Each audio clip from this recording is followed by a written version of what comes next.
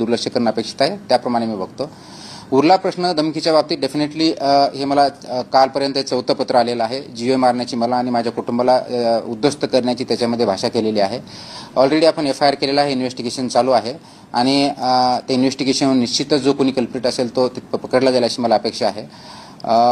याच्यामध्ये मला एकच सांगायचं आहे की कुणी जर धमक्या देऊन माझ्या डिसिजनमध्ये बदल करण्याचा प्रयत्न करत असेल तो कदापि सक्सेस होणार नाही.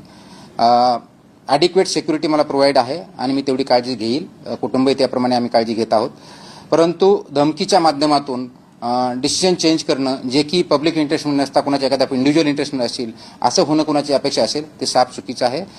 त्यांनी माझा आतापर्यंतचा इतिहास चेक करावा आणि त्यानंतर अशा धमक्या देण्याचा प्रयत्न करावा. 24/7 तुम्हाला पोलिसांकडून सिक्युरिटी देण्यात आली?